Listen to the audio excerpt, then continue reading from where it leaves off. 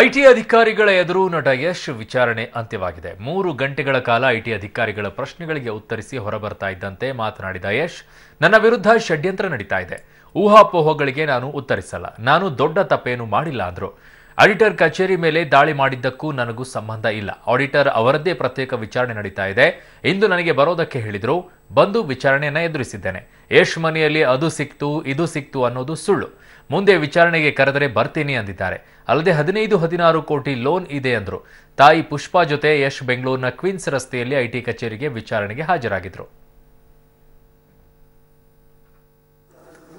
ಅರ್ಥ ಮಾಡ್ಕೊಳ್ಳಿ, ಒಂದು ಇಟ್ಸ್ ಅ ನ್ಯಾಚುರಲ್ ಪ್ರೋಸೆಸ್. ಒಂದು ಡಿಪಾರ್ಟ್ಮೆಂಟ್ ಇಂದ ಒಂದು ಐಟಿ ರೈಡ್ ಅಂತ ಆದಮೇಲೆ ಅವರು ನಮ್ಮ ಎಲ್ಲ ರೀತಿಯ ಎಂಕ್ವೈರಿಗಳು ಮಾಡ್ತಾರೆ. ಯಾವ ಥರ ಇದೆ, ಏನು, ನಾವು ನಮ್ಮ ಖರ್ಚುಗಳೇನಿರುತ್ತೆ ಅಥವಾ ನಮ್ಮ ಇನ್ಕಮ್ ಏನಿರುತ್ತೆ, ಇದನ್ನೆಲ್ಲ ಅವರು ಬಂದು ಪ್ರಶ್ನೆ ಮಾಡ್ತಾರೆ, ಕೇಳ್ತಾರೆ. ಅದನ್ನು ನಾವು ಉತ್ತರ ಕೊಡಬೇಕು. It's a process. ಇದು ಇವತ್ತಲ್ಲ, ಇನ್ನೂ 2 ವರ್ಷ ನಡೆಯುವಂಥ ಪ್ರೋಸೆಸ್. ಇದನ್ನು ಮೆಂಟಲಿ ಪ್ರಿಪೇರ್ ಆಗಬೇಕು. ಒಂದು ಅದನ್ನು ಅವರೇ ನಮ್ಗೆ ಹೇಳಿರುವಂಥದ್ದು. ಅದರ ಮೇಲೆ ನಾನು ಕೆಲವು ಮಾಧ್ಯಮದಲ್ಲಿ ಎಲ್ಲ ನೋಡ್ತಾ ಇದ್ದೆ, ನೀವೆಲ್ಲರೂ ಏನಿದೆ ಅದನ್ನು ತೋರಿಸ್ತಾ ಇದ್ದೀರಾ. ಇಷ್ಟೊತ್ತು ಅವ್ರು ನನಗೆ ಏನಿದೆ ಎಲ್ಲ ಎಕ್ಸ್ಪ್ಲೈನ್ ಮಾಡಿದ್ರು, ಎಲ್ಲ ಡಿಸ್ಕಸ್ ಮಾಡಿದ್ರು. ಯಾವ ರೀತಿ ಪ್ರೋಸೆಸ್ ಇರುತ್ತೆ, ಏನಿರುತ್ತೆ ಎಲ್ಲನೂ ಕಂಪ್ಲೀಟಾಗಿ ಎಕ್ಸ್ಪ್ಲೈನ್ ಮಾಡ್ತಾ ಹೋಗಿದ್ದಾರೆ. So it is A natural process. And ನನಗೂ ಅರ್ಥ ಆಗುತ್ತೆ, ಎಲ್ರಿಗೂ ಅದ್ರ ಬಗ್ಗೆ ನಿಮಗೆ ಕ್ಯೂರಿಯಾಸಿಟಿ ಇದೆ, ಮಾತಾಡಬೇಕು. ಬಟ್ ಒಂದು ಮನವಿ ಮಾಡ್ತೀನಿ, ಹೇಗೆ ಎಲ್ಲ ಮಾಧ್ಯಮದವರು ವಿಷಯ ಏನಿದೆ ಅಷ್ಟು ತೋರಿಸ್ತಿದ್ದಾರೋ ಹಂಗೆ ಇರಬೇಕು. ಎಷ್ಟು ಮನೇಲಿ ಅಷ್ಟು ಕೋಟಿ ಸಿಕ್ತು ಹೇಳಿದ್ರಪ್ಪ, ಯಾಕೆ ಬರ್ಬೇಕದು? ಎಷ್ಟು ಈಗ ನಿನ್ನೆ ನ್ಯೂಸ್ ಅಷ್ಟೇ, ಅವ್ರ ಆಡಿಟರ್ಗೆ ಇದಾಗಿದೆಯಂತೆ. ಪ್ಲೀಸ್ ಅಂಡರ್ಸ್ಟ್ಯಾಂಡ್, ನಾವು ಸಮಾಜದಲ್ಲಿ ಏನೇ ಮಾಡಿದ್ರು ನಿಮ್ಮ ಕಣ್ ತಪ್ಸಂತೂ ಏನೂ ಮಾಡೋಕ್ಕಾಗಲ್ಲ. ಎಲ್ರಿಗೂ ಗೊತ್ತು, ನಮ್ಮ ಕೆಲಸ ನಾವು ಮಾಡ್ತಾ ಇದ್ದೀವಿ, ಸಿನಿಮಾ ಮಾಡ್ತಾ ಇದ್ದೀವಿ. ಒಂದು 7-8 ಜನಗಳ ಸೇರಿ ಆಗಿರ್ಬೇಕಾದ್ರೆ ಪ್ರಶ್ನೆಗಳಿರುತ್ತೆ. ಅವ್ರದ್ದು ಏನು ವ್ಯವಹಾರ, ಅವ್ರ ಜೊತೆ ನಿಮ್ದೇನು ವ್ಯವಹಾರ, ಈ ಪಿಕ್ಚರ್ ನೀವೇನು ಮಾಡಿದ್ರಿ, ಆ ಪಿಕ್ಚರ್ ಏನು ಮಾಡಿದ್ರಿ. It's a process. ಅದನ್ನ ಅರ್ಥ ಮಾಡ್ಕೋಣ, ಅದನ್ನೆಲ್ಲರೂ ಮಾಡ್ಕೊಂಡು ಹೋಗೋಣ ಗೌರವಯುತವಾಗಿ. ಹೇಳಿ ಪರ್ಸನಲ್ ಎಲ್ಲ ಇಟ್ಕೋಬಾರ್ದು. ನನಗೆ ಯಾರ ಮೇಲೂ ಪರ್ಸನಲ್ ಇಲ್ಲ. ಆಡಿಟರ್ ಆಫೀಸಲ್ಲಿ ಆಡಿಟರ್ಗೆ ಏನಾಗಬೇಕು ಅದನ್ನ ಎನ್ಕ್ವೈರಿ ಮಾಡಿದಾರಂತೆ. ನನಗೆ ಗೊತ್ತಿಲ್ಲ. ಎಷ್ಟು ಮೀಟಿಂಗ್ ಬರಲಿಲ್ಲ, ಅವೆಲ್ಲ ಸುಳ್ಳು ಹೇಳಬಾರ್ದು. ಅರ್ಥ ಮಾಡ್ಕೊಳ್ಳಿ. ಇಲ್ಲೇ ಇದ್ದೀನಿ, ಎಲ್ಲೋ ಹೋಗ್ಬಿಡ್ತೀನಿ ನಾನು ಶೂಟಿಂಗ್ ಇದೆ ಅಂತ ಹೇಳಕ್ ಸಾಧ್ಯನಾ? ಇಡೀ ಕರ್ನಾಟಕಕ್ಕೆ ಗೊತ್ತು ನಾನು ಶೂಟಿಂಗ್ ಇದೆಯಾ ಇಲ್ವಾ ಅಂತ. 100% ಇವತ್ತಿಗೆ ನೋಟಿಸ್ ಕೊಟ್ಟಿದ್ರು. ನಾನು ಬಂದು ಅಲ್ಲ, 1 ನಿಮಿಷ ಕೇಳಿಸ್ಕೊಳ್ಳಿ. 40 ಕೋಟಿ ಸಾಲ ಏನಕ್ಕೆ ಕೊಡ್ತಾರೆ? ನನಗೆ 40 ಕೋಟಿ ಸಾಲ ಇದೆಯಂತ ಯಾಕೆ ಕೊಡ್ಬೇಕ್ರಿ? ಊಹಾಪೋಹಗಳಿಗೆಲ್ಲ ಯಾಕೆ ಕೊಡ್ಬೇಕು? ಪ್ಲೀಸ್ ಅರ್ಥ ಮಾಡ್ಕೊಳ್ಳಿ. ಜನಕ್ಕೆ ನಾನು ಒಬ್ಬ ರೆಸ್ಪಾನ್ಸಿಬಲ್. ನನಗೆ ನನ್ನ ಪ್ರಕಾರ ಒಂದು 15-16 ಲೋನ್ ಇದೆ. 15-16 ಕೋಟಿ ಲೋನ್ ಕೊಡ್ಬೇಕಂದ್ರೆ ನನ್ನ ಇನ್ಕಮ್ ಟ್ಯಾಕ್ಸ್ ಎಷ್ಟಿರಬೇಕು? ಟ್ಯಾಕ್ಸ್ ಕಟ್ಟದಿದ್ರೆ ಯಾರು ಲೋನ್ ಕೊಡ್ತಾರೋ ಒಬ್ಬ ಕಾಮನ್ ಮ್ಯಾನ್ ಗೊತ್ತಾಗುತ್ತೆ. ಅದೊಂದು ಪಾಯಿಂಟ್ ಯೋಚನೆ ಮಾಡ್ಲಿ ಸಾಕು. ನಾವು ಟ್ಯಾಕ್ಸ್ ಹೆಂಗ್ ಪೇ ಮಾಡ್ತೀವಿ ಅನ್ನೋದು ಗೊತ್ತಾಗುತ್ತೆ. It's an enquiry. ಇಲ್ದಿರೋ ಊಹಾಪೋಹಗಳನ್ನ ಮಾಡಬೇಡಿ. ಫಸ್ಟ್ ಅರ್ಥ ಮಾಡ್ಕೊಳ್ಳಿ, ಒಂದು ಇಟ್ಸ್ ಅ ನ್ಯಾಚುರಲ್ ಪ್ರೋಸೆಸ್. ಒಂದು ಡಿಪಾರ್ಟ್ಮೆಂಟ್ ಇಂದ ಒಂದು ಐಟಿ ರೈಡ್ ಅಂತ ಆದಮೇಲೆ ಅವರು ನಮ್ಮ ಎಲ್ಲ ರೀತಿಯ ಎಂಕ್ವೈರಿಗಳು ಮಾಡ್ತಾರೆ. ಯಾವ ಥರ ಇದೆ, ಏನು, ನಾವು ನಮ್ಮ ಖರ್ಚುಗಳೇನಿರುತ್ತೆ ಅಥವಾ ನಮ್ಮ ಇನ್ಕಮ್ ಏನಿರುತ್ತೆ, ಇದನ್ನೆಲ್ಲ ಅವರು ಬಂದು ಪ್ರಶ್ನೆ ಮಾಡ್ತಾರೆ, ಕೇಳ್ತಾರೆ. ಅದನ್ನು ನಾವು ಉತ್ತರ ಕೊಡಬೇಕು. It's a process. ಇದು ಇವತ್ತಲ್ಲ, ಇನ್ನೂ 2 ವರ್ಷ ನಡೆಯುವಂಥ ಪ್ರೋಸೆಸ್. ಇದನ್ನು ಮೆಂಟಲಿ ಪ್ರಿಪೇರ್ ಆಗಬೇಕು. ಒಂದು ಅದನ್ನು ಅವರೇ ನಮ್ಗೆ ಹೇಳಿರುವಂಥದ್ದು. ಅದರ ಮೇಲೆ ನಾನು ಕೆಲವು ಮಾಧ್ಯಮದಲ್ಲಿ ಎಲ್ಲ ನೋಡ್ತಾ ಇದ್ದೆ, ನೀವೆಲ್ಲರೂ ಏನಿದೆ ಅದನ್ನು ತೋರಿಸ್ತಾ ಇದ್ದೀರಾ.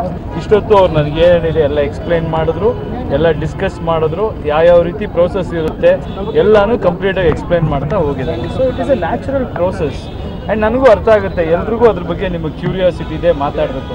ಬಟ್ ಒಂದು ಮನವಿ ಮಾಡ್ತೀನಿ, ಹೇಗೆ ಎಲ್ಲ ಮಾಧ್ಯಮದವರು ವಿಷಯ ಏನಿದೆ ಅಷ್ಟು ತೋರಿಸ್ತಿದ್ದಾರೋ ಹಂಗೆ ಇರಬೇಕು. ಎಷ್ಟು ಮನೇಲಿ ಅಷ್ಟು ಕೋಟಿ ಸಿಕ್ತು ಹೇಳಿದ್ರಪ್ಪ, ಯಾಕೆ ಬರ್ಬೇಕದು? ಎಷ್ಟು ಈಗ ನಿನ್ನೆ ನ್ಯೂಸ್ ಅಷ್ಟೇ, ಅವ್ರ ಆಡಿಟರ್ಗೆ ಇದಾಗಿದೆಯಂತೆ.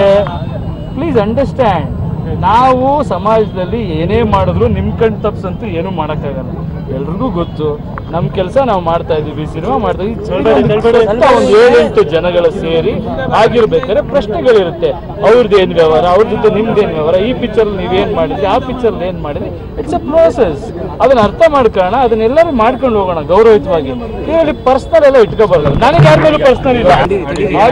ಆಡಿಟರ್ ಆಫೀಸಲ್ಲಿ ಆಡಿಟರ್ಗೆ ಏನಾಗಬೇಕು ಅದನ್ನ ಎನ್ಕ್ವೈರಿ ಮಾಡಿದಾರಂತೆ. ನನಗೆ ಗೊತ್ತಿಲ್ಲ. ಎಷ್ಟು ಮೀಟಿಂಗ್ ಬರಲಿಲ್ಲ, ಅವೆಲ್ಲ ಸುಳ್ಳು ಹೇಳಬಾರ್ದು. ಅರ್ಥ ಮಾಡ್ಕೊಳ್ಳಿ.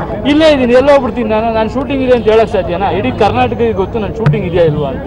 100% ಇವತ್ತಿಗೆ ನೋಟಿಸ್ ಕೊಟ್ಟಿದ್ರು. ನಾನು ಬಂದು ಅಲ್ಲ, 1 ನಿಮಿಷ ಕೇಳಿಸ್ಕೊಳ್ಳಿ. 40 ಕೋಟಿ ಸಾಲ ಏನಕ್ಕೆ ಕೊಡ್ತಾರೆ?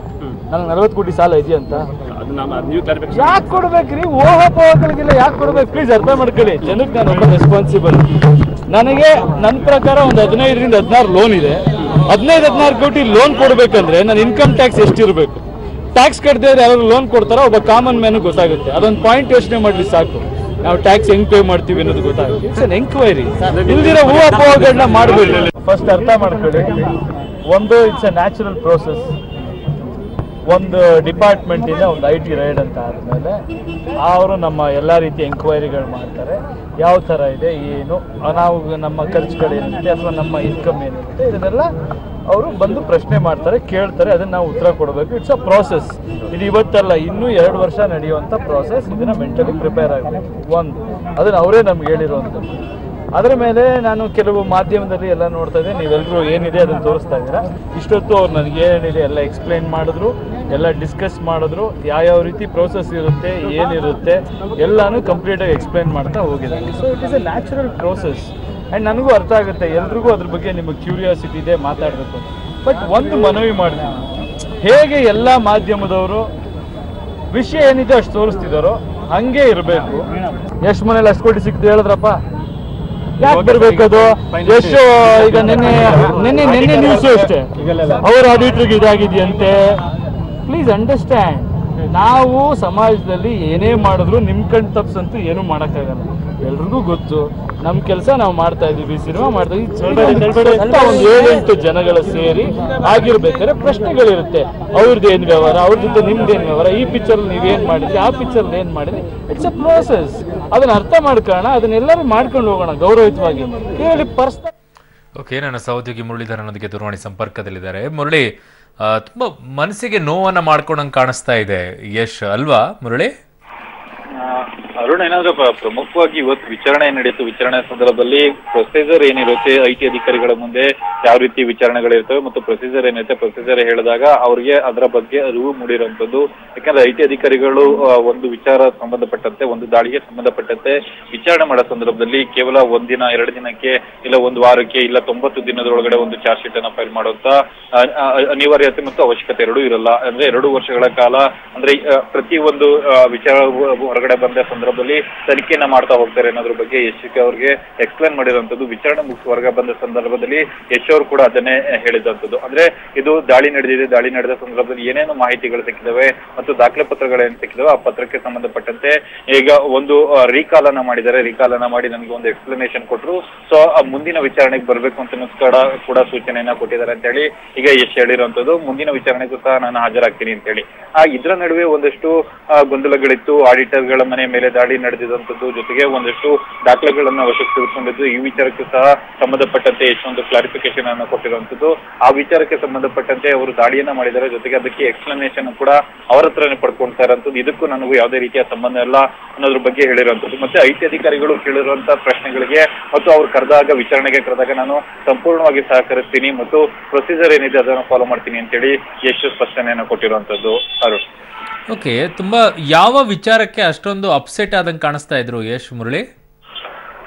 ಅರುಣ್, ಏನಂದ್ರೆ ಪ್ರಮುಖವಾಗಿ ಒಂದಷ್ಟು ಮಾಹಿತಿಗಳು ಹೊರಗಡೆ ಬರ್ತಾ ಇತ್ತು. ಯಶ್ ಅವ್ರಿಗೆ ಏನು 40 ಕೋಟಿ ಸಾಲ ಇದೆ ಅನ್ನೋದು ವಿಚಾರವೂ ಕೂಡ ಮಾಧ್ಯಮಗಳಲ್ಲಿ ಹರಿದಾಡ್ತಿತ್ತು ಮತ್ತು ಸೋಷಿಯಲ್ ಮೀಡಿಯಾಗಳಲ್ಲೂ ಸಹ ಸಾಕಷ್ಟು ಹರಿದಾಡ್ತಾ ಇತ್ತು. ಈ ಸಂದರ್ಭದಲ್ಲಿ ಪ್ರಶ್ನೆಯನ್ನ ಕೇಳಿದಾಗ, ಯಶ್ ಅವ್ರಿಗೆ ಪ್ರಶ್ನೆಯನ್ನ ಕೇಳಿದಾಗ 40 ಕೋಟಿ ಸಾಲವನ್ನು ಪಡ್ಕೊಳ್ಳೋದಕ್ಕೆ ನನ್ನಿಂದ ಸಾಧ್ಯ ಅನ್ನೋ ಪ್ರಶ್ನೆನ ಸಹ ಮರು ಪ್ರಶ್ನೆಯನ್ನ ಅವರೇ ಹಾಕ್ತಾರೆ. ಅದಾದ ನಂತರ ಒಂದು ಕ್ಲಾರಿಫಿಕೇಶನ್ ಅನ್ನು ಸಹ ಕೂಡ ಅವರೇ ಕೊಡುವಂಥದ್ದು.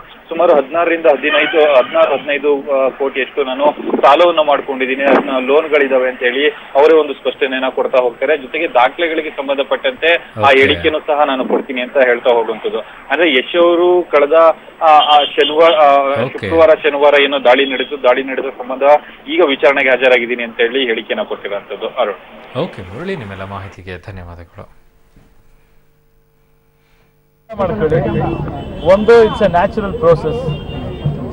ಒಂದು ಡಿಪಾರ್ಟ್ಮೆಂಟಿಂದ ಒಂದು IT ರೈಡ್ ಅಂತ ಆದಮೇಲೆ ಅವರು ನಮ್ಮ ಎಲ್ಲ ರೀತಿಯ ಎಂಕ್ವೈರಿಗಳು ಮಾಡ್ತಾರೆ. ಯಾವ ಥರ ಇದೆ, ಏನು, ನಾವು ನಮ್ಮ ಖರ್ಚುಗಳೇನಿರುತ್ತೆ ಅಥವಾ ನಮ್ಮ ಇನ್ಕಮ್ ಏನಿರುತ್ತೆ ಇದನ್ನೆಲ್ಲ ಅವರು ಬಂದು ಪ್ರಶ್ನೆ ಮಾಡ್ತಾರೆ, ಕೇಳ್ತಾರೆ. ಅದನ್ನು ನಾವು ಉತ್ತರ ಕೊಡಬೇಕು. It's a process. ಇದು ಇವತ್ತಲ್ಲ, ಇನ್ನೂ 2 ವರ್ಷ ನಡೆಯುವಂಥ ಪ್ರೋಸೆಸ್. ಇದನ್ನು ಮೆಂಟಲಿ ಪ್ರಿಪೇರ್ ಆಗಬೇಕು. ಒಂದು ಅದನ್ನು ಅವರೇ ನಮ್ಗೆ ಹೇಳಿರುವಂಥದ್ದು.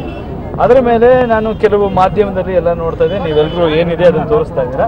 ಇಷ್ಟೊತ್ತು ಅವ್ರು ನನಗೆ ಏನಿದೆ ಎಲ್ಲ ಎಕ್ಸ್ಪ್ಲೈನ್ ಮಾಡಿದ್ರು, ಎಲ್ಲ ಡಿಸ್ಕಸ್ ಮಾಡಿದ್ರು, ಯಾವ ರೀತಿ ಪ್ರೋಸೆಸ್ ಇರುತ್ತೆ, ಏನಿರುತ್ತೆ ಎಲ್ಲಾನು ಕಂಪ್ಲೀಟಾಗಿ ಎಕ್ಸ್ಪ್ಲೈನ್ ಮಾಡ್ತಾ ಹೋಗಿದ್ದಾರೆ. So it is A natural process and ನನಗೂ ಅರ್ಥ ಆಗುತ್ತೆ, ಎಲ್ರಿಗೂ ಅದ್ರ ಬಗ್ಗೆ ನಿಮಗೆ ಕ್ಯೂರಿಯಾಸಿಟಿ ಇದೆ, ಮಾತಾಡಬೇಕು. ಬಟ್ ಒಂದು ಮನವಿ ಮಾಡ್ತೀನಿ, ಹೇಗೆ ಎಲ್ಲ ಮಾಧ್ಯಮದವರು ವಿಷಯ ಏನಿದೆ ಅಷ್ಟು ತೋರಿಸ್ತಿದ್ದಾರೋ ಹಂಗೆ ಇರಬೇಕು. ಎಷ್ಟು ಮನೇಲಿ ಅಷ್ಟು ಕೋಟಿ ಸಿಕ್ತು ಹೇಳಿದ್ರಪ್ಪ, ಯಾಕೆ ಬರ್ಬೇಕದು? ಎಷ್ಟು ಈಗ ನಿನ್ನೆ ನ್ಯೂಸ್ ಅಷ್ಟೇ ಅವ್ರ ಆಡಿಟ್ರಿಗೆ ಇದಾಗಿದೆಯಂತೆ.